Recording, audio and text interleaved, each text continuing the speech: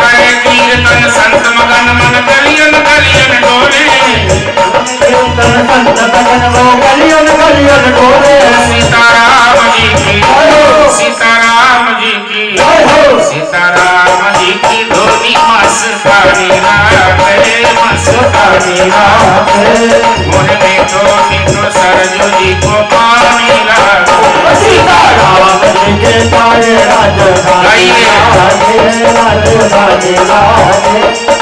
मीठो मीठो सरजू जी के तारे हे मोहे मीठो मीठो सरजू जी के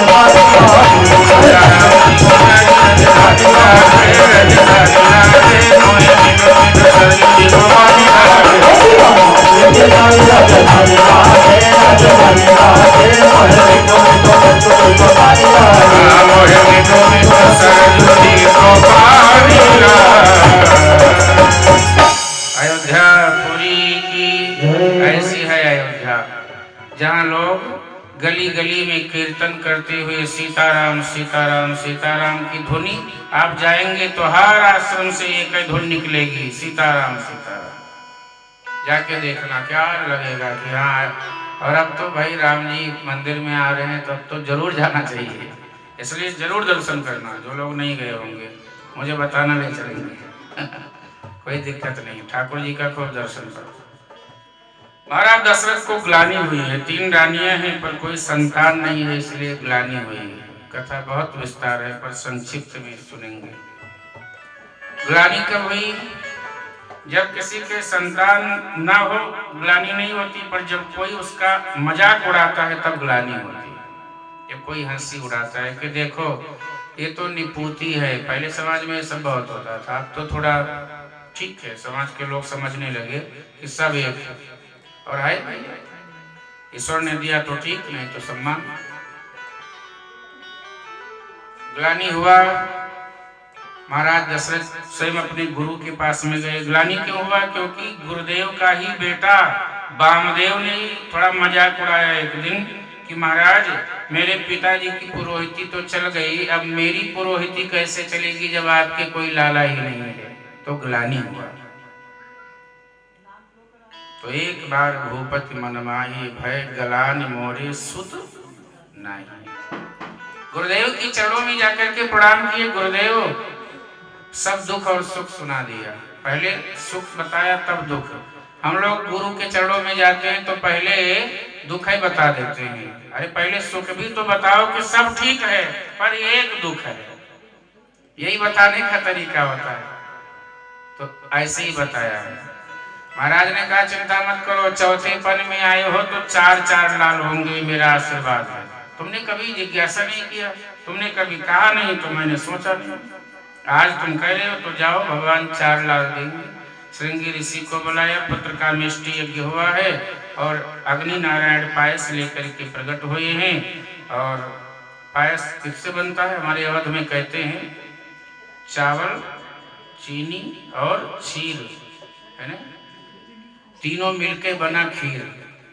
खीर अग्नि नारायण जो लेकर के आए, उसी से तो सारी भगवान की कृपा हुई एक लाइन में, क्योंकि ऐसे साक्षात करते हुए पहुंच जाएंगे। बोले चावल, चीनी और क्षीर। हमारे अवध का है, समझना तो समझना, नहीं तो हनुमान जी तो समझेंगे। बोले चावल, चीनी और क्षीर तीनों मिलके बना खीर।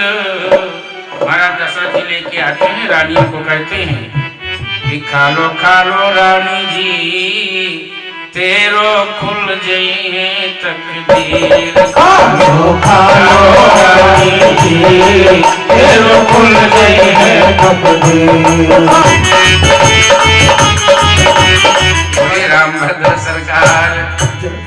तो राजा ने प्रसाद दिया है, खा लो रानी जी, और तीनों रानियों को अर्ध भाग कौशल्या ही दिया, आधा भाग कौशल्या को दिया, फिर आधा जो बचा उसका 2 भाग किया। कई का नृपसोदयो, फिर आधा भाग जो बचा उसके 2 भाग किया है। सुमित्रा अभी बची है तो दोनों रानियों को दिया कि सुमित्रा मझली रानी में इनको तुम लोग दो। तो 2 भाग समझो, वैसे तो 2 भाग नहीं, एक ही भाग का 2 हुआ, पर सम्मान करा है, तरीका है प्रसाद बांटने का। सुमित्रा अम्बा ने कहा, दोनों रानियों ने प्रसाद दिया, यदि मेरे घर 2 लाला होंगे तो मेरा संकल्प है कि आपके बेटों की सेवा में मैं अपने बेटों को सौंप दूंगी।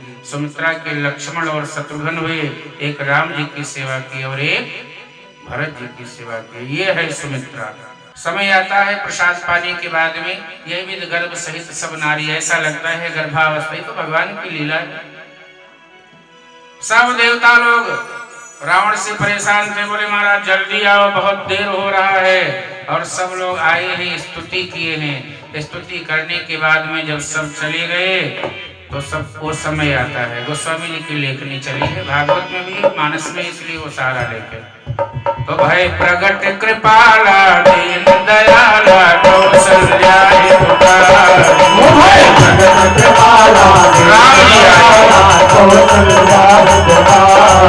हर्षित महतारी मुनि मनहारी अद्भुत रूप विचार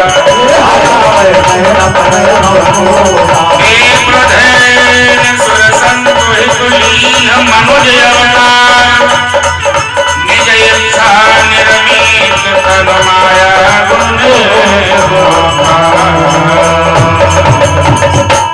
रामलला सरकार की। भगवान चतुर्भुज रूप में आए। कौशल्या अम्बा ने कहा, महाराज आपने कहा था बालक बन के आऊंगा, ये तो आप नारायण बन के आए। ऐसे कोई बालक होता है? और भगवान ब्रह्मांड निकाया निर्मित माया, रोम रोम प्रतिवेद का है, जिनकी रोम रोम में वेद है, विराट रूप। लोग हंसेंगे कि ये कैसे मेरे उदर में थे। इसलिए महाराज छोटे बन जाओ बालक। ममूर्षवासी या उपहासी, लोग मेरा उपहास उड़ाएंगे कि ये विराट भगवान कैसे कौशल्या अम्बा की गोद हृदय में था, उदर में। तो भगवान ने कहा, मैया मैं तो नारायण ही हूँ, चतुर्भुज रूप बनना मुझे आता है। अब मुझे पता नहीं बालक कैसे बना जाए, अब तुम ही बताओ कि बालक कैसे बनते। माँ ने कहा ठीक है। ये तो भगवान माँ को बढ़ाई दे रहे, बाकी वो क्या नहीं जानते। बोले 4 हाथ में से पहले 2 हाथ कम करो, अभी कम से कम नर तो बनो, नारायण से नर बन जाओ। पहले 2 हाथ कम किया। बोले अब बालक हूँ, बोले नहीं अब तो नर लग रहे हो, बाकी अभी बाप ही हो, अभी बालक नहीं बने हो। तो बोले तब, बोले छोटा बनो। भगवान छोटा बन गए। बोले भैया आप ठीक हूँ, बोले आप ठीक हो, पर बालक बोलता नहीं है, बालक रोता है। भगवान कहते हैं, वाह जैसे संसार में आए हम भी रोए। अरे जीव रोए तो समझ में आता है, और भगवान भी रोए। बोले अब संसार में आए हो तो रोना पड़ेगा, पता नहीं कितनी बार रोओगे। कभी पत्नी के विरह में रोओगे, कभी कहीं रोओगे, अब तो रोना ही रोना पड़ेगा। यही तो संसार है। देखो जो जिसके पास है वो तो नियम लागू होगा, चाहे परमात्मा ही क्यों ना भूतल पे आ जाए। तब सुनि बचन सुजाना रोदन ठाना। कभी रोए नहीं तो ऐसा रोए कि चुपे ना हो। रोदन ठाना, ऐसा रोए, ऐसा संतों ने लिखा है। आनंद हुआ अवध में। एक दासिया दौड़ी, बधाई हो महाराज, बधाई हो। बोले काहे की बधाई? बोले आपके घर लाला हुआ। दूसरी दासी आई, महाराज बधाई हो, बधाई। बोले आप काहे की? बोले कैकेयी अम्बा के भी लाला हुआ। तीसरी दौड़ के आई, महाराज बधाई हो, बधाई। बोले अब काहे की बधाई? बोले सुमित्रा के 2-2 लाला हुए, समयांतर में, कुछ दिन के अंतर में। और चारों लाला की जब बधाई हो रही है, श्री हनुमान जी को बधाई हो कि इनके इष्ट देव आए। आप सभी भक्तों को बधाई हो कि आपके भगवान आए। बोलिए रामलला सरकार की जय। प्रगटे है 4 ललनवा, भवनवा में बाजे बजनवा। प्रगटे है 4 ललनवा, भवनवा में बाजे बजनवा। प्रगटे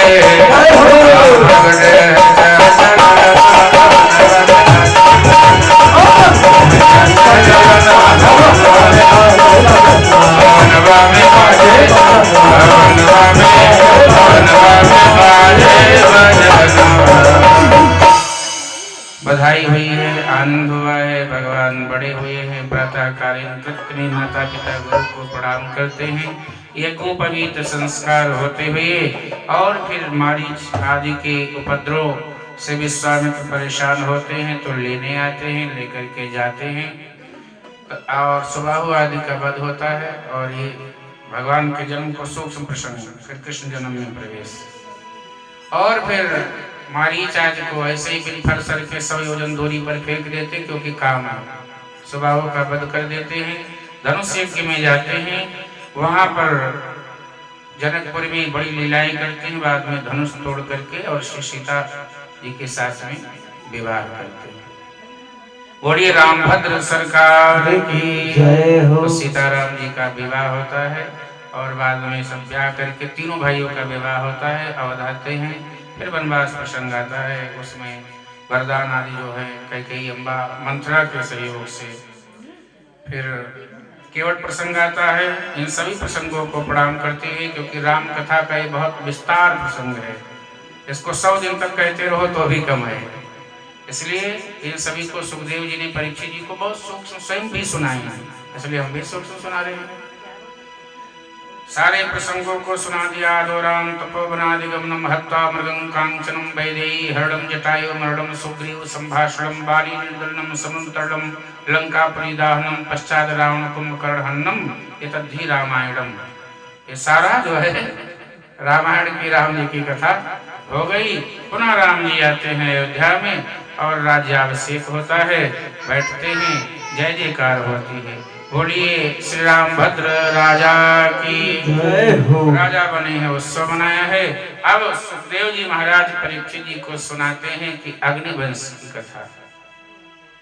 अग्निवंश की कथा में है वंश के एक राजा थे कृतवीर्य, जो जमदग्नि के आश्रम में, जिसको शास्त्र बाहु भी कहते हैं, जमदग्नि के आश्रम में आए तो जमदग्नि महाराज ने बहुत स्वागत किया। परशुराम जी उस समय नहीं थे, कहीं गए हुए थे, तो शास्त्र बाबू ने कहा कि ये फकीर, इसने इतना सुंदर स्वागत कैसे कर लिया, इतने सुंदर सुंदर 56 भोग हम सबको कैसे खिला दिया।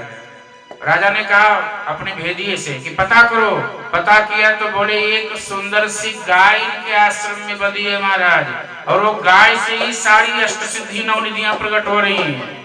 गौ माता साधारण नहीं है। शास्त्र बाबू ने कहा कि जमदग्नि महाराज ये गाय हमको दे दो, ये राजा के यहाँ शोभायमान होती है, ऋषि की क्या जरूरत है। बोले हम लोग गाय की सेवा करते हैं महाराज, वही दूध पान करके ही अपनी बुद्धि को मेधावी बनाते हैं, और आप उसको ले लोगे तो मेरा, देखो ब्राह्मण को गाय प्रिय है, अब जगह ना हो तो अलग बात, नहीं तो ब्राह्मण को गाय ही प्रिय होनी भी चाहिए, क्योंकि गाय को गोपाल प्रिय है और ब्राह्मण को गाय प्रिय है। तुम गाय की सेवा कर लो तो गोपाल तुम्हारे घर दौड़े दौड़े आएंगे, इसलिए करो तो। भगवान का नाम ही गोपाल है। अब कहाँ कर पाते हैं, अब तो कुछ और सेवा कर लेंगे, पर गोपाल सेवा मुश्किल, गाय की सेवा मुश्किल हो जाती है। करो ना, घर में रखो तो कहीं आश्रम में दे दो, कहीं जो भी हो सके, पर गाय की सेवा करो। हाँ वही दे आओ, अच्छा है, क्योंकि सेवा करनी ही चाहिए। ऐसी गौ माता, बोलिए गोपाल भगवान की जय। और प्यारे शास्त्र बाहु अपनी भुजाओं के बल से गाय को लेकर के चले गए। परशुराम जी जब आए तो बहुत कुपित हुए, बोले राजा होकर के आचार्यों के साथ, संतों के साथ, ऋषियों के साथ इतनी उद्दंडता, राजा तो सबकी रक्षा करता है। परशुराम जी जाते हैं और कहते हैं राजन मेरी गाय को दे दो, क्योंकि आप राजा हैं। समझाते हैं, शास्त्र बाबू ने कहा कि इस जमदग्नि पुत्र को बांध दो, और जैसे ही ये बात कही तो स्वयं नारायण के आवेशावतार से आवेश आ गया और वहीं पर अपना फरसा का उद्घाटन कर दिया। वहीं पर शास्त्र बाबू की 1000 भुजाओं को काट डाला, जो भी सहयोगी थे सबका वध कर दिया। गाय को ले आए, और जब गाय को ले आए तो जमदग्नि ने कहा बेटा इतनी साधारण तो नहीं हो सकता है कि तुम गाय इतनी आसानी से ले आए हो। परशुराम जी नहीं बता रहे कि हमने वध कर दिया। बोले सच बताओ। बोले पिताजी गलती में वध हो गया। बोले ब्राह्मण को ये नहीं शोभा देता बेटा, तुम विप्र हो, ज्ञान बांटो पर वध मत करो। परशुराम ने कहा जरूरत पड़े तो एक हाथ में शस्त्र और एक हाथ में शास्त्र, मैं वो परशुराम हूं।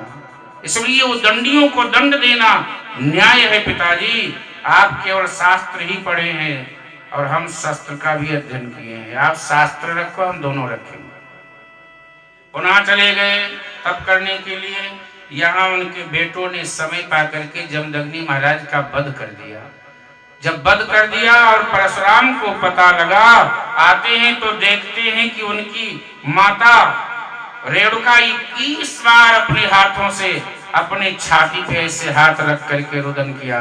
परशुराम को बहुत दुख हुआ कि मेरी माँ ने 21 बार रुदन किया है, इसलिए मैं भी संकल्प लेता हूँ कि इस पृथ्वी से क्षत्रियों को 21 बार विलीन कर दूंगा। अपने माँ का दुख देखा नहीं गया, संकल्प कर लिया और गिन गिन करके एक एक करके सबका वध कर दिया। सूर्यवंश में कुछ ऐसे सूर्यवंश के क्षत्रिय थे जो स्त्री का वेश धारण करके नारी बन करके बच गए थे और फिर वहीं से क्षत्रिय वंश चला था। ऐसी कथाएं आती हैं, क्योंकि नारी पे प्रहार फिर परशुराम नहीं करते थे कि जब नारी बन गए तो अब तुम वध योग्य नहीं हो, ऐसा करके ये सारी कथा सुनाई।